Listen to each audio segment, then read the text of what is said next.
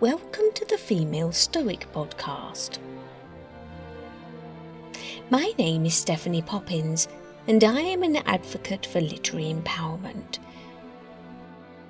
That means I believe the examples set by the literary masters can broaden our life perspective, create increased self-awareness, and empower us to overcome the obstacles we encounter here in the 21st century. By listening and referring what we hear to Stoic philosophy, we can foster a strong sense of self and navigate the world more effectively. This podcast takes the form of both discussions and meditations. And if you like what you hear, you might consider looking me up on my socials, where I post empowering videos every day. Or you may like my classic audiobooks and original stories available on my website, newworldbooks.uk. Happy listening.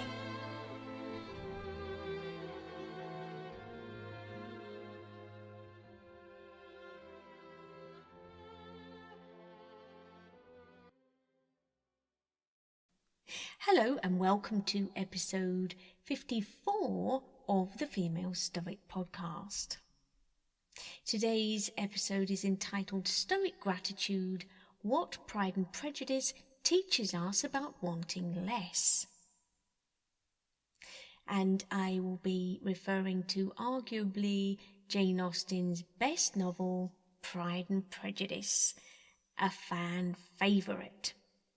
And if you are enjoying the sound of my voice and would like to listen to Pride and Prejudice in its full remastered version, please check out my remastered audiobook anywhere you listen to audiobooks. So, Stoic gratitude, this is what we're talking about today. And the idea of Stoic gratitude seems quite simple. You say thank you, you notice your blessings, and you just go about in a well-mannered way. But in fact, if we look more closely, we can see that gratitude is turning out to be one of these more complicated emotions that we can practice, because it is either sincere or it is something that is performed. And in Pride and Prejudice, there is no greater a depiction, arguably, than this, and the contrast between the gratitude of the protagonists and the forced gratitude of the antagonists. So let's have a look at Pride and Prejudice. Charlotte Lucas, one of the B-list characters, if you like, says, "There is so much of gratitude or vanity in almost every attachment that it is not safe to leave any to itself."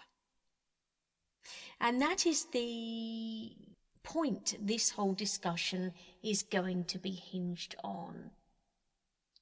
Gratitude is so often tangled up with vanity, obligation, self-interest, and indeed fear, which is an overriding emotion that we are all in danger of letting overpower us in our day-to-day lives.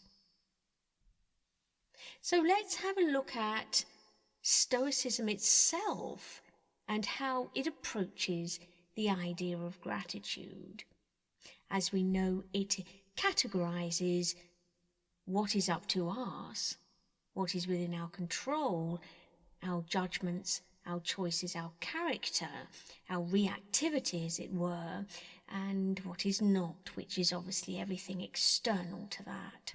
Other people, wealth, status, love, our health, and so on. If gratitude is performed well, it is an exercise of freedom, in fact, rather than a reaction to something. It is a choice we make, a conscious choice we make to be grateful. Epictetus said, "Remember that you must behave in life as at a banquet. Is anything brought around to you? Put out your hand and take your share with moderation. Does it pass by you? Don't stop it. Is it not yet come? Don't stretch out your desire towards it, but wait until it reaches you. Do this with regard to children, to a wife, to public posts, to riches, and so on." There is an element here of reference to this idea of patience. So this banquet metaphor that he is describing is reframing gratitude. It is saying we are not owed the next dish in the banquet. We are not owed, therefore, the next relationship, the next promotion, or the proposal, for example. We are owed the freedom only to receive graciously what is to come and release without bitterness what does not come. So this is why wanting less and being grateful for more are in Stoic terms the same discipline viewed from two angles. The more tightly we grip to a desired outcome, the less room there is to feel grateful for what actually arrives. Because our intention, all the attention we have, is fixed on the gap between what we have and what we are craving.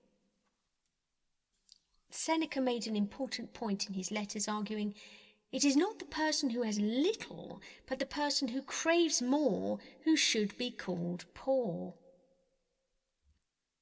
Jane Austen was writing in an era that gave women almost no choice at all, just acceptance. And Pride and Prejudice dramatises that tension. So early on, we see Charlotte Lucas urging Elizabeth's sister Jane to show more visible warmth towards Mr. Bingley. Her reasoning is very practical.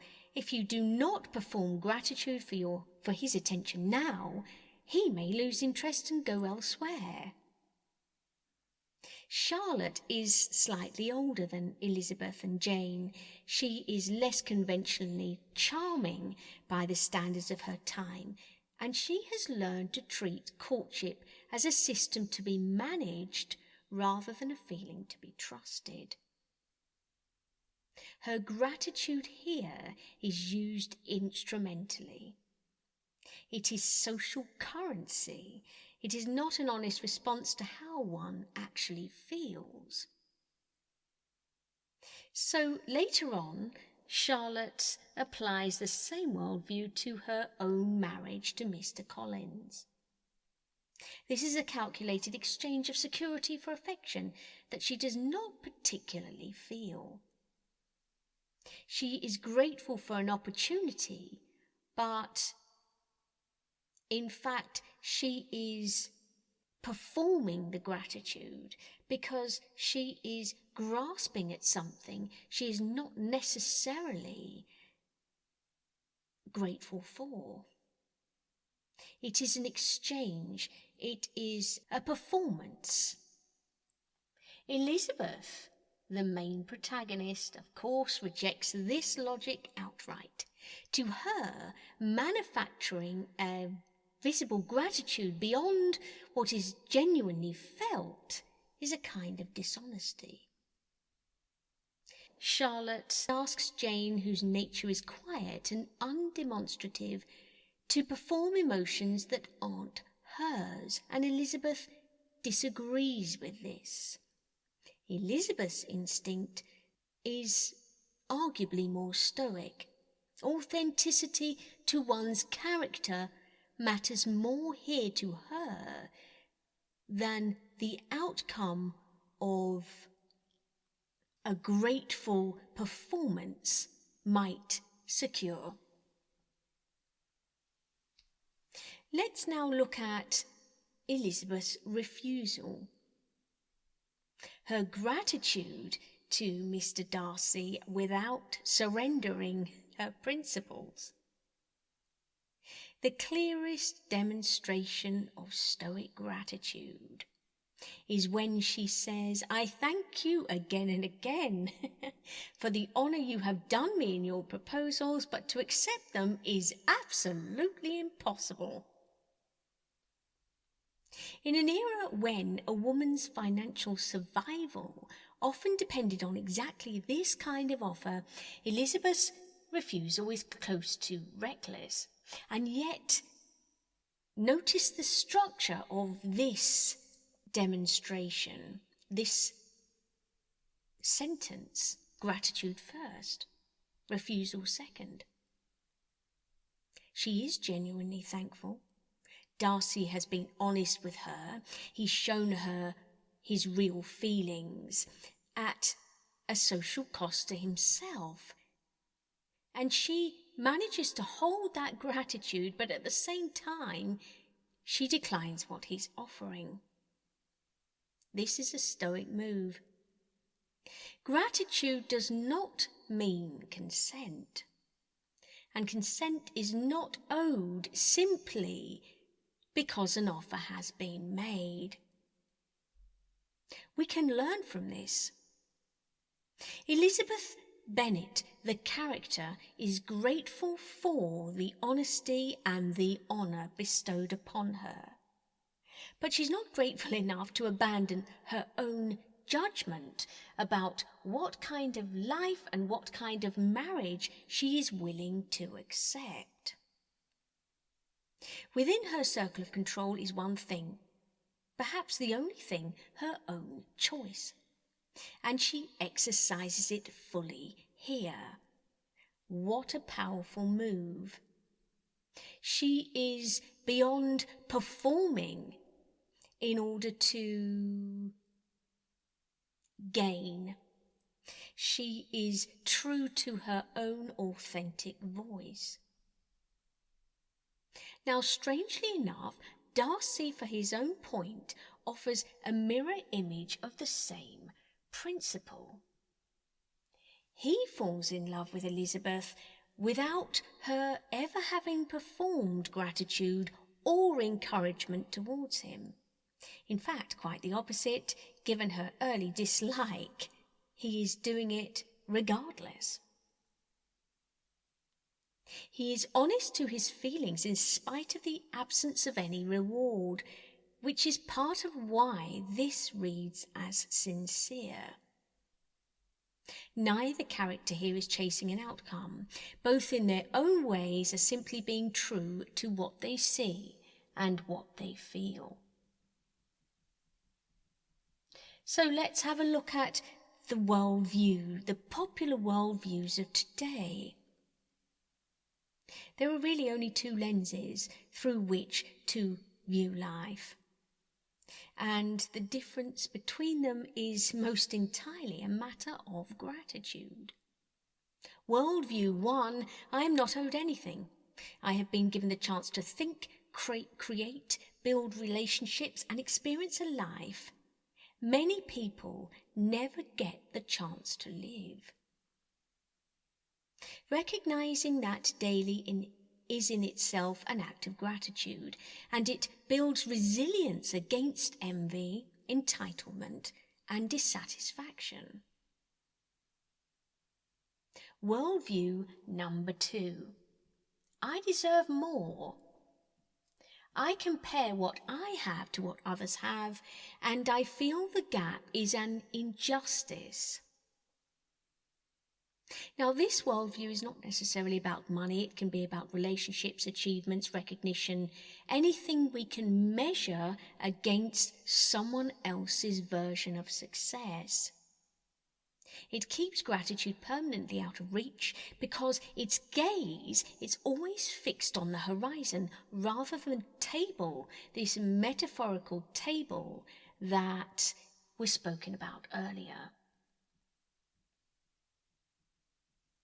So Elizabeth Bennet, she is living in most entirely in the first world view. She knows what she lacks: fortune, connections, the freedoms available to a man of Darcy's standing. But she does not resent what she doesn't have. She's grateful for who she is, her judgment, her humour, her refusal to be anything other than herself.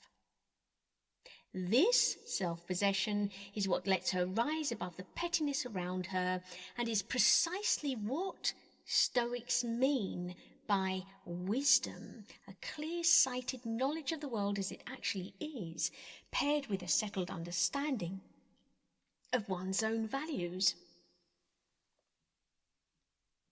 So here, in this wonderful novel, gratitude is a theme to reveal character. Sincere gratitude marks people of good sense and feeling. In this novel, exaggerated or self-serving gratitude marks the antagonists, the behaviour of fools. So let's have a look at the behaviour of fools. We have Mr. Collins and we have Catherine de Bourgh. In his letter to Mr. Bennet, Mr. Collins announces his gratitude before he has even arrived at Longbourn. I have been so fortunate as to be distinguished by the patronage of the Right Honourable Lady Catherine de Bourgh, whose bounty and beneficence has preferred me to the valuable rectory of the parish, where it shall be my earnest endeavour to demean myself with grateful respect towards her ladyship. At dinner, Mr. Bennet needles him into rhapsodising about her. During dinner, Mr. Bennet hardly speaks at all, and when the servants are withdrawn, he thinks it time to have some conversation with his guests, and therefore he starts a subject in which he expects Mr. Collins to shine.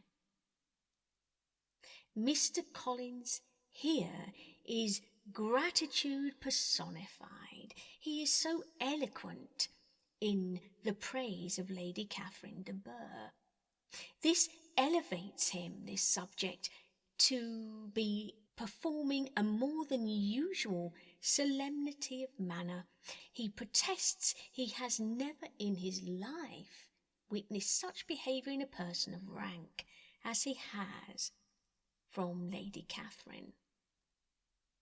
His gratitude is a performance, and it is performed and delivered before, in fact, receiving anything or even experiencing anything. He has made a decision to perform regardless.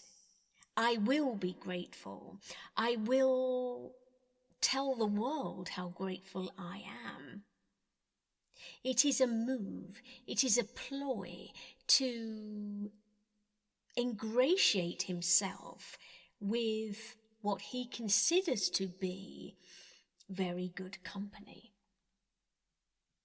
The comic high point comes in chapter 29, when a mere invitation sends him into raptures.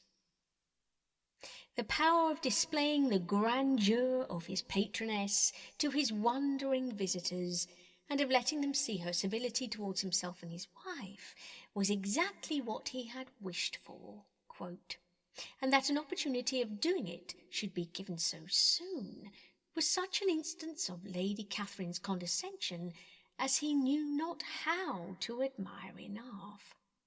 I confess, said he, that I should not have been at all surprised by her ladyship's asking us on Sunday to drink tea and spend the evening at the Rosings. I rather expected, from my knowledge of her affability, that would happen. But who could have foreseen such an attention as this? In this display of gratitude, he is also acknowledging here his feigned significance. And therefore, his audience, the people he is speaking to, he is pulling into awareness, if you like, just how important he considers himself to be. Now, Jane Austen here is giving us, the reader, her audience, great respect. She is arguably grateful for our understanding, because using satire here, she is pulling us into the story. She is assuming that we understand what she understands, which is the ridiculousness of it all. The wafer-thin character that she has set up, the ridiculousness of someone who is in fact beyond any redemption. And this is the power of the novel, to use a theme that is underpinning every action each of the characters takes.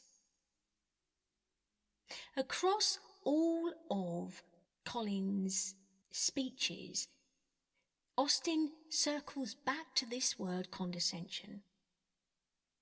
This is the object of his gratitude, Lady Catherine de Bourgh's condescension. The joke being he is grateful to be looked down upon. And this is set against Elizabeth's arc, where gratitude is earned. It's felt privately, and is only spoken once it actually means something. Collins's gratitude is instant, public. It's entirely about his status. And Austen here, in this wonderful novel, is using this contrast as a moral yardstick. It's proportionate and sincerely felt. And that's why I love it so much, because we can see into the character of Austen herself. We can, as with all the literature I read and we dive into, any classic literature, we can taste, as it were, the character of the person writing it. These themes, these ideas do not come about per chance. They are part of a strategy, part of a voice that is teaching something, which is where this podcast comes in to connect the two and open our eyes to that connection. So to conclude today, what are we seeking to do with regard to gratitude here in the 21st century? We are seeking to avoid it becoming a performance. Gratitude here, at its most powerful, is an internal practice. It's one of the most honourable and true expressions of ourself that we can choose. The freedom to choose our own response, as we know, sits within our inner citadel, and we protect that freedom and we honour that freedom, as that freedom so honours our higher self.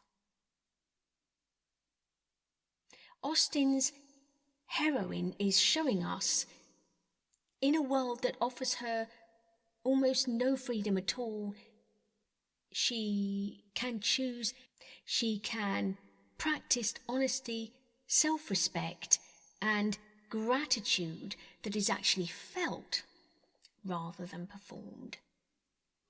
And we can learn from this. Thank you for listening, and I'll see you next time. Bye. Hey, Stephanie here.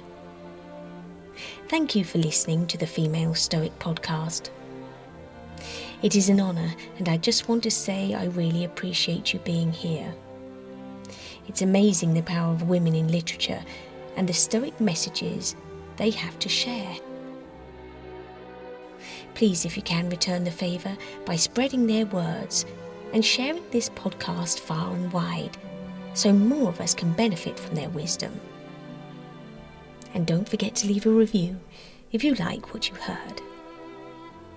See you next time.